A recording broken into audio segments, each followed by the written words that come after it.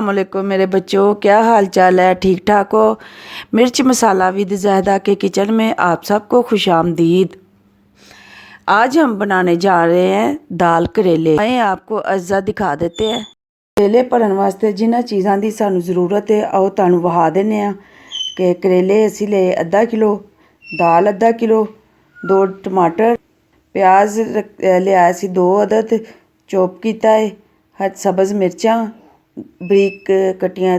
असी हुण करेले असी छिल के ते नमक ला के कोई अद्धा घंटा रखे सी ते हुण असी धो के इन्हां नूं खुश्क कर लिया ते इन्हां दे विचों बीऽ कढ के तुहानूं वहाने आ। चुंझ वाली छुरी लवो ते दरम्यान दे विचों कट ला के ते पहले नमक ला के रख लीए बीऽ कड्ढण तो पहले। ते बीऽ जेह्ड़े ने बड़े आराम नाल निकल आंदे ने, तंगी नहीं हुंदी। ते वेखो किड्डे आराम नाल निकल आए बीज ते साफ सुथरा विचों करेला है। इंज ही असीं सारे कढ लांगे ते दाल असीं हुण दाल दे विच दाल असीं उबाल लई सी ते असीं विच टमाटर पा दित्ते ने ते दाल भी उबालनी है, इक कनी रहन देनी दाल दे विच। प्याज पा दित्ता असीं चॉप कीता होया ते सब्ज़ मिर्चां पान लगे आं असीं भी बरीक कीतियां ने, बरीक कट लियां ने। हल्दी अद्धी चमची, मिर्चां 2 चम्मच, नमक 1 चम्मच, कुट्टियां मिर्चां, ज़ीरा, सुक्का धनिया 1 चम्मच।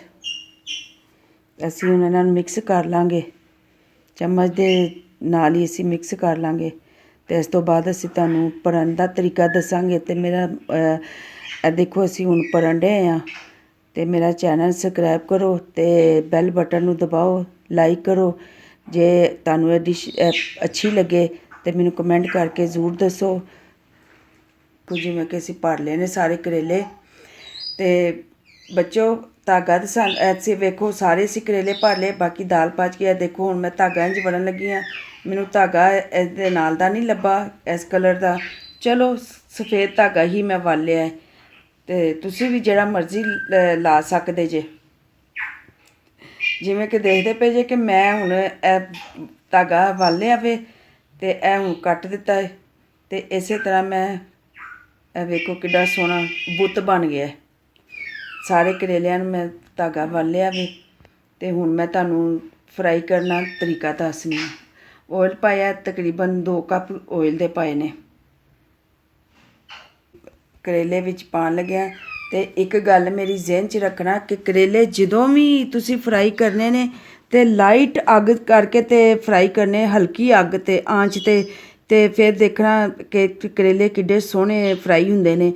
कदी तेज़ अग्ग करके नहीं फ्राई करने, क्योंकि एह् अंदरों जेह्ड़े ना अंदर तिकर पकने चाहिदे ने ते फिर इंदा जायका देखना। ते माशाल्लाह देखो मेरे करेलियां दे कलर किड्डा प्यारा आया वे। करेले नाल नाल एक साइड तो जे लाल हो जान ते फिर उन्हां नूं पलटदे रवो, क्योंकि पलटदे रवोगे ते उन्हां दा क्या नां है सही फ्राई हो जाणगे। करेले जेह्ड़े फ्राई हो गए ने, मैं करेले कड्ढन लगी आं ते वेखो किड्डे सोहने मेरे करेले फ्राई हो गए ने। ते हुण बाकी जे दाल बची सी ओह् मैं विच घ्यो दे च पा दित्ती है ते इहनूं थोड़ी देर मैं ज़रा पकावांगी।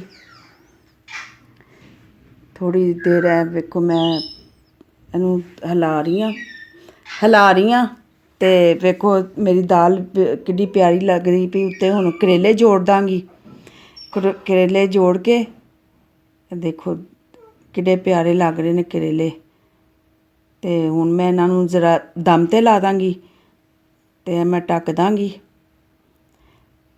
ते 5 मिनट दा दम, बस 5 मिनट दे विच मेरे दाल करेले पक के त्यार हो जाणगे।